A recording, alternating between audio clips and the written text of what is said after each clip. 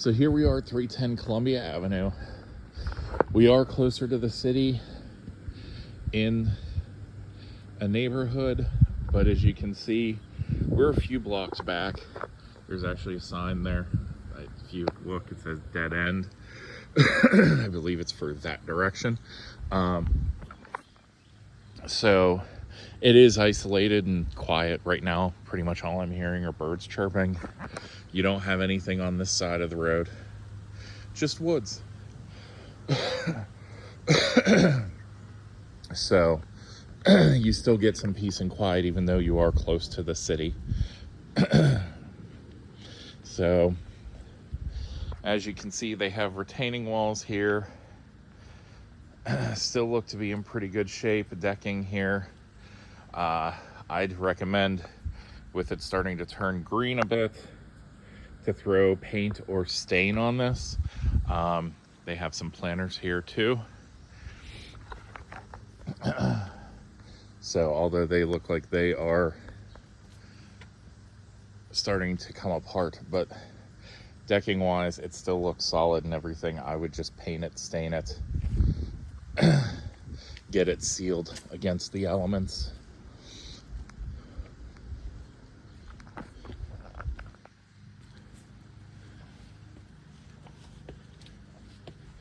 And again, just to be sure, there might be a board or two you want to replace that's kind of soft. Yeah. So you'll probably need to replace parts of this. You can see it's bending underneath me. So this might need redone, but I think the framing is still fine.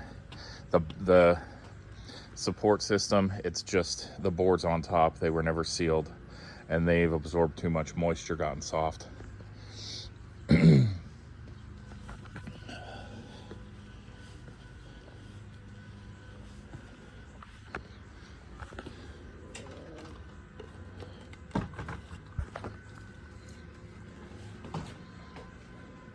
So here we have the front porch, closed in with a window here. So if you want to let some air through, you can. If it's raining, it'll keep it dry in here. Same thing on the other side. So even if it's raining or storming, but you want to sit outside and enjoy a cool summer evening, you can come out here and do that. Underneath, everything looks good and in good shape. No cracking in the bricks, no decay of the mortar in the bricks. So structurally, everything looks good. Now we'll go ahead and get inside. So inside the house, you can see some of the classic features from the house of this age. The wood banister, staircase, all of the original hardwood that's still here. Looks like it's been refinished at some point over the years. It is very shiny and well kept. I'm not seeing scuffs or anything, you know, from moving furniture. So very well maintained, classic hardwood. Looks like here they replaced some boards whenever they redid the floor. But overall, it's in good shape. So to give you an idea of the size of the living room, I'm gonna go ahead and stand in this corner and just kind of pan the room.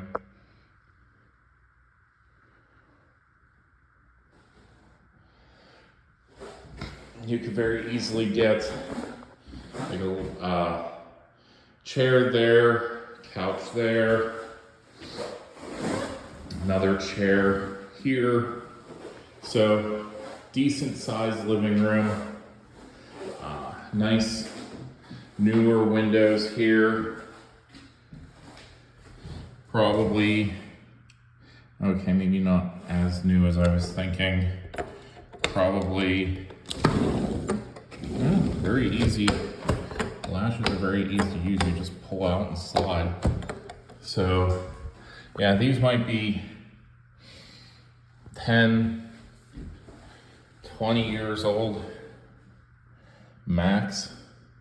So that at most halfway through their life, but still very clean, no cloudiness, nothing that tells me there's any issues with it. I am kind of leaning more toward closer to 10 years than 20. Here, you can see some stained glass. If this is something you don't like, don't just pull it out and pitch it. You can have it removed and put something else in there and have it, you'll sell it. Old stained glass like this, especially hand done stained glass, you can get a very, very nice penny for that on the resale market. So here, I'm gonna pan the room again. I didn't realize my phone had still been zoomed in, so it probably made it look smaller than it actually is. So there you go. And we come in here to the dining room. A little bit of a bump out, like bay window type setup already. But here, again, you can see it's a nice big dining room. Even just horizontally, you could fit a 10 or 12 person table easily. If you went diagonally, even bigger. These windows, however, are definitely older. You can see the wood there, and they jam a piece of wood to keep the window down on top of the window air conditioner.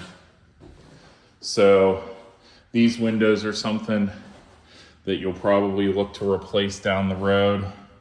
They're old, they're single pane. They have the chains there. So the chains are the mechanism for the age of these windows where when you lifted it, the chains would hold it in place. That puts these windows about 100 years old easily, probably a little over. And I mean, you can see, it doesn't convey well here, but the glass is wavy. So this is not machined glass. This was handcrafted glass that was made for these windows. They're that old.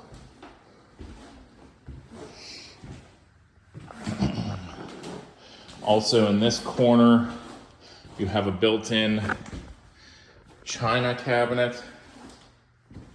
So some of those touches that you just don't see in modern houses. And again, there's even some stained glass worked into the door. So, I mean, just truly a classic era type of house, you know, a nice old home that still has those touches even with being modernized. Now on the side here, there's a door out to the back. You have a huge set of shoe racks and, you know, places for book bags and stuff here. The flooring has been redone here. This was probably originally an outdoor porch that they closed in. And then they put this addition on, which has its own electric heat source. But a nice 3-season room. I mean, you could use it in the summer. None of the rest of the house is air conditioned. But that's something, you know, you could put a room air conditioner in here and fix that problem. I mean, heck, even if you did get the house done, there's a window here that opens. So if you have the house with air conditioning, you could even open that window and let it come into here too. So we'll get to the yard. I like to do things kind of in a certain order.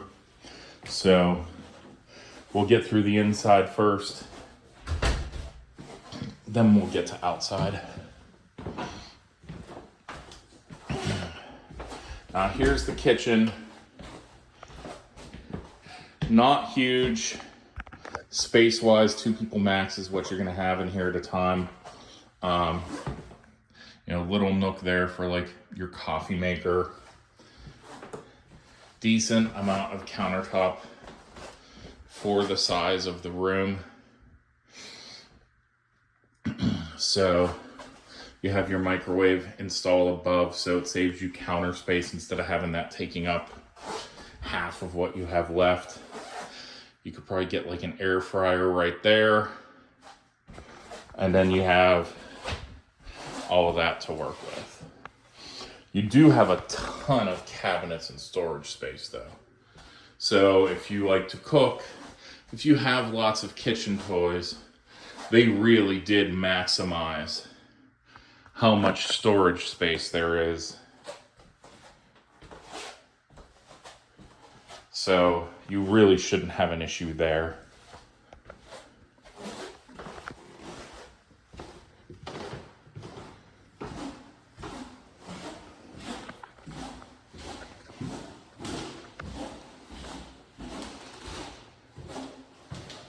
So we'll swing around here, and you have an extra room here. It could be a little den. It could be like a more relaxed sitting room, like, hey, put a TV and, whatever, and let the kids hang out there. Here's a closet. I was curious, but, let the kids hang out here, have a separate space. There are the hookups here, so if you want first floor laundry, you can do that. The hookups are there. It's capped off, but there's a gas pipe there as well. So you could have a gas dryer in here too. And there is a first floor bathroom. It is a full bath. Now the tub is older, just by the shape and everything. I know it's about 50 years old. Fixtures there, not new. Newer faucet, shower head up here.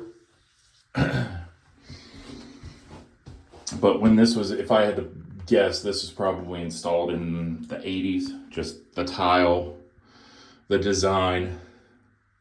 It's very 80s. The shape of the tub and everything. And then here you have your sink. As you can see, it's all been modernized, flex pipe PVC. No old cast iron, no copper.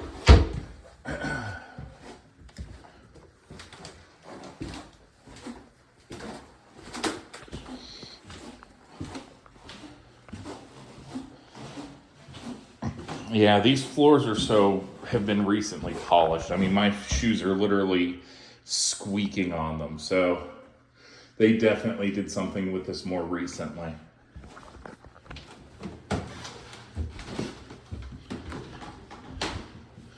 So again, more stained glass here. Very colorful.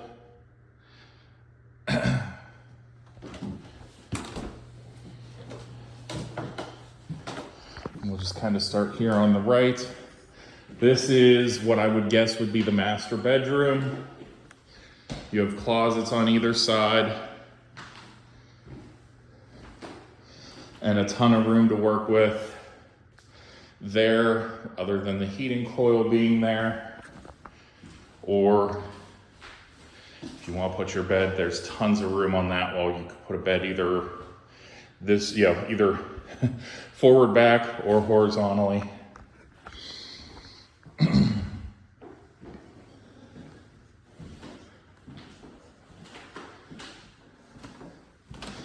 This is a newer window, same age as that one in the living room.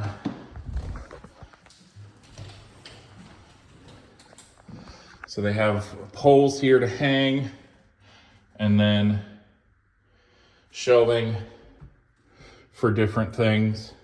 So actually a pretty efficient use of space with the moderate size of the closet.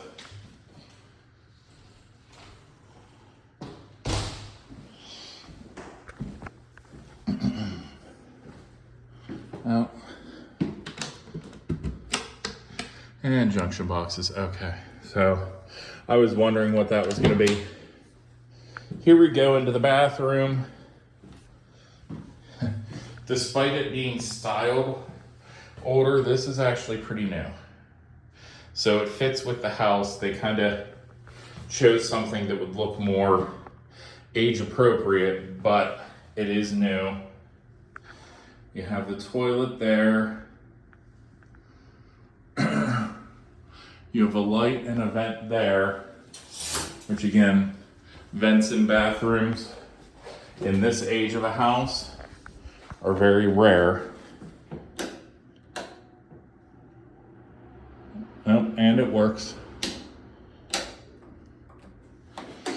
And then here, you have the shower. Now this is all custom work. This is not an insert. This is all custom tile, hand done. So this is actually a very nice big shower. You have the raindrop shower head, and then you have a spray nozzle for yourself as well. Probably the closest thing you'll feel like to being in a car wash. You have more modern fixtures here. And again, you can see even the drain. I mean, it's clean. The grout between the tile is pretty clean. I mean, this was done well and very well maintained. And it is large. I mean, two people could very comfortably shower in here together. I mean, this is not your typical shower unit by any stretch of the means.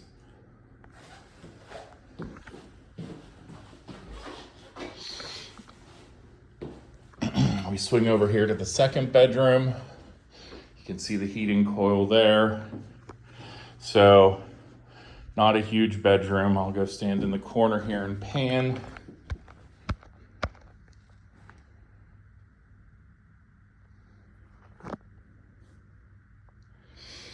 With that door being there, that's really the only place for you to put your bed. But it is still a decent size. I mean, you'll have traffic flow in. You can come around here and go over to there. Maybe put a desk in front of that heating coil there. But it is a decently sized room. I mean, if I had to ballpark it, just the square part, not taking out the odd bump out areas. 10, 11 by 9, 10.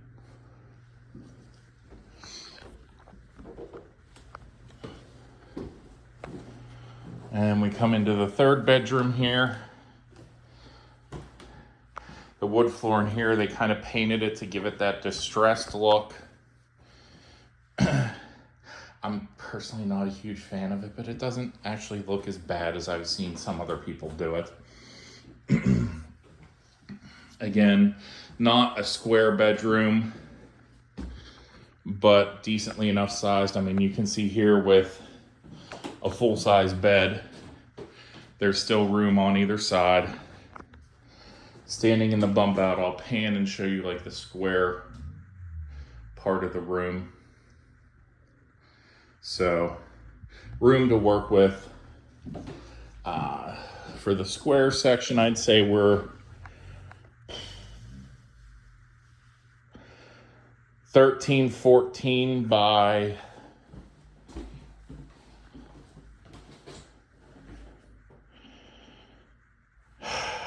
11, 12.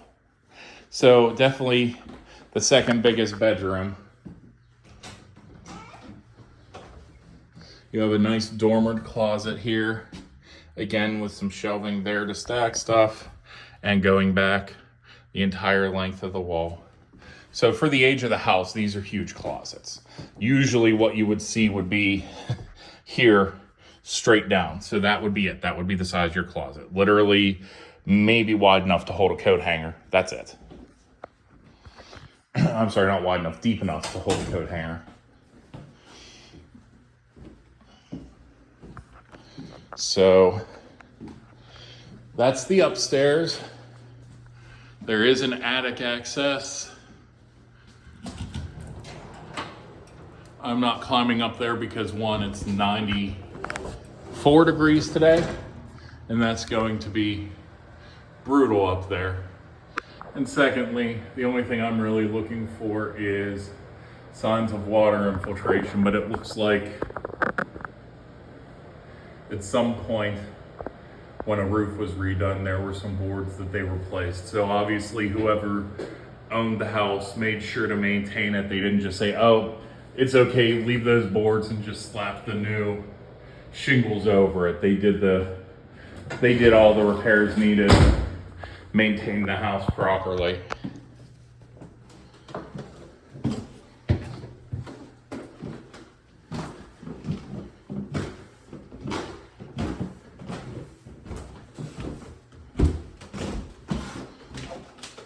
Now we'll head down to the basement.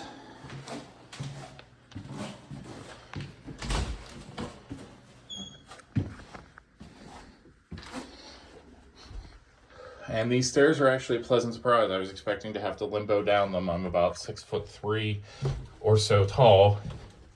So a house this old typically is a lot shorter in the stairway.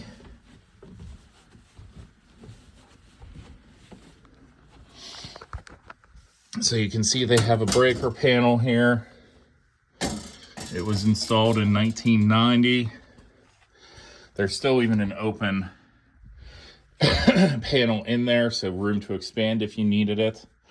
Not much, but a little bit.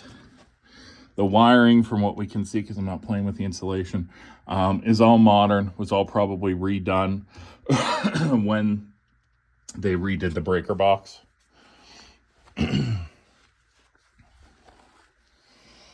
So there's a workshop area down here.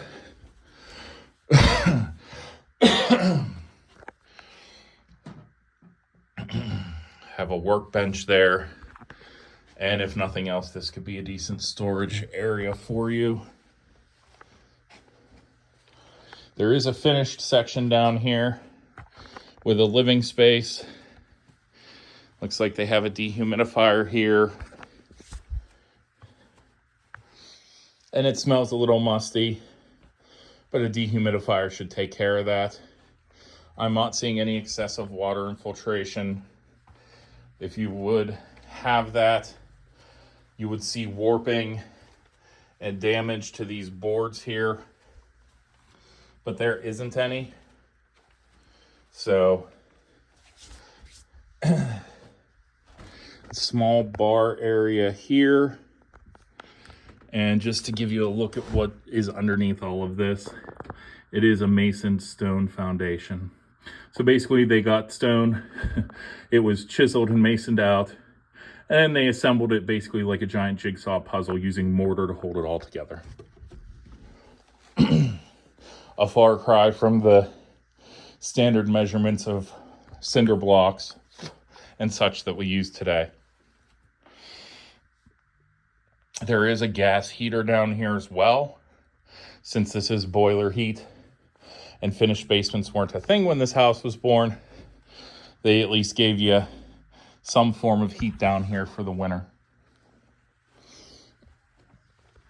And the current laundry area, we have a on-demand water tank here, hot water, well, not tank, an on-demand hot water heater here. So you don't need to worry about a tank. That's about the only thing you'll worry about there is an expansion tank. But this will heat the water when you want it. Now it isn't instantaneous. It'll take like 20-30 seconds for the hot water to get to you, but that's the same as a hot water tank is now. Here we have the infamous Pittsburgh potty. I could explain it to you, but it's a long story. If you want, Google it. It's an interesting cultural thing because of the blue color background of Pittsburgh. Here you have, there is not a hole for the dryer vent, so they just have one of the internal vents that you'll have to clean the gunk out of, basically the lint. 220 outlets, so set up for an electric dryer. There's your washer setup.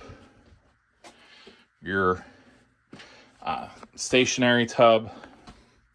And then here they have a radon system. So radon is common in southwestern Pennsylvania with all the hills, mountain terrain. So, but most importantly, they have the system to mitigate it. It's dug under the house, under the foundation, about 4 to 6 feet. And then it sucks up and blows the radon out. Although I would, if you have a home inspection done, I would bring up, I don't hear the fan for the radon actually running.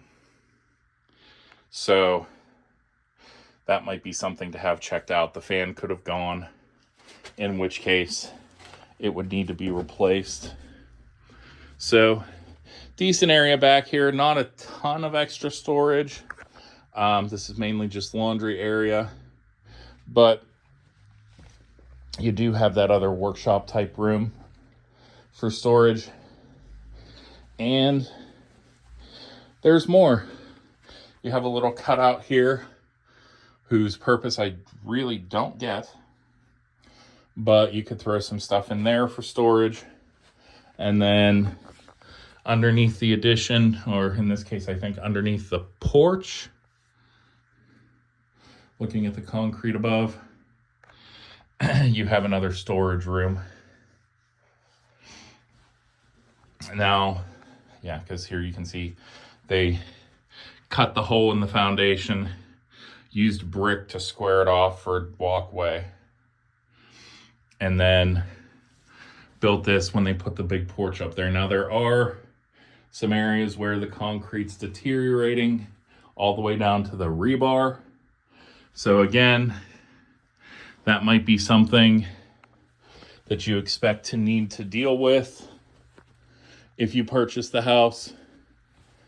You don't want to let that get too far. You can have them repair it, or you can wait till it's too far gone and end up having to replace it. So obviously repairing it is the better way to go.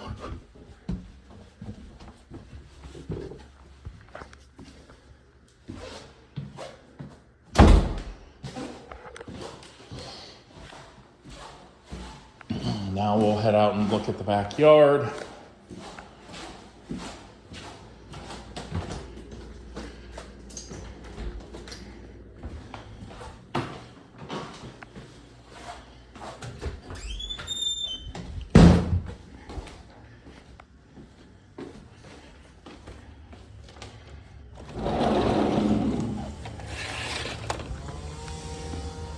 So yard-wise, for in the city, basically, this isn't bad.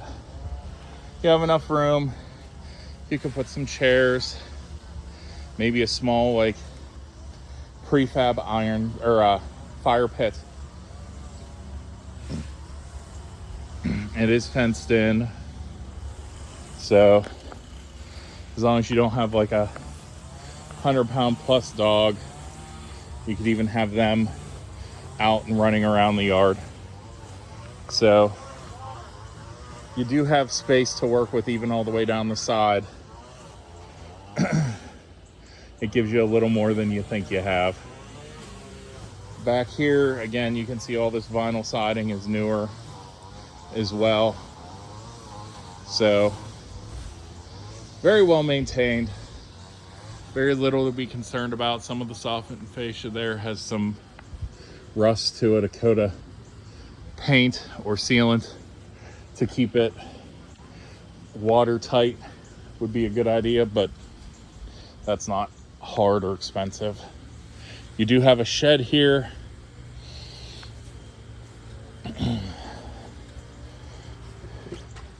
So all your lawnmower and such goes in here.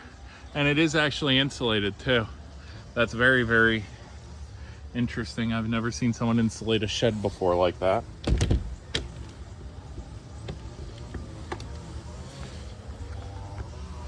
Here we have a parking pad where you could fit 2 cars. I'm not gonna say easily, but it's doable. Here.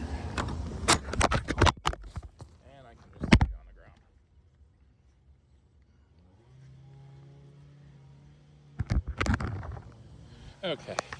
Well, there's some excitement for the video.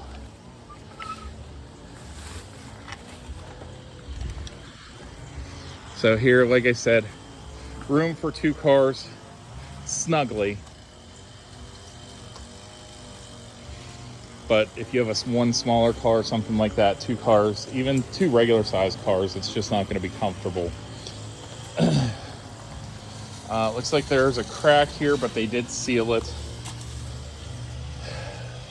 Vertical crack like this isn't concerning. It's just showing the foundation settled. And basically when it's settled, the stress made the block separate. What you worry about are horizontal cracks. That's where walls start bowing. You start having major concerns about things falling over.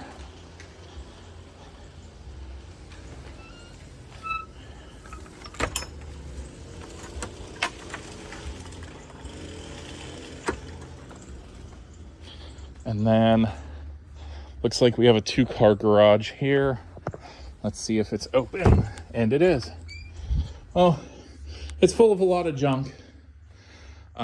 There's a 50 amp sub panel out here, so there is electric out here. Automatic garage door openers. Again, on the same side or opposite side, another crack under the glass block. So just a stress point. When it's settled, have it being basically in mirror sections is not surprising. Roof wise, the joists all look, in good shape what's there. And then obviously when the roof was last redone, some things were repaired, replaced. Nice part, this is a 2-car garage, but it has the separate garage doors, not just the one medium-sized one where you have to like pull in and scooch to the side and it's a pain. I hate those. They have 2 individual garage doors, 1 for each car. So, and this is tall. I mean, the doors are tall. You could get a Jeep Wrangler or a truck in it. I mean, like I said, I'm 6'3" or so tall, and that's me against the door. So if it's anything, it's about 6 foot 8, 10 clearance. So pretty much any vehicle that isn't an RV, you should be able to get into here. So that's the house, the garage, the yard, everything in a nutshell. Let me know what questions you have. Oh, here. I have a better view here of the backside. The roof, you can tell, is newer. I'd put it less than 10 years old. Probably even closer to 5, but I like to be conservative. The roof on the addition on the sun porch, 3-season room, whatever you want to call it, probably a little older. But they probably added that on, then needed the roof redone in a few years and weren't gonna redo a roof that wasn't that old. So let me know if you have any questions, any interest, what I can do for you, and I will be in touch soon.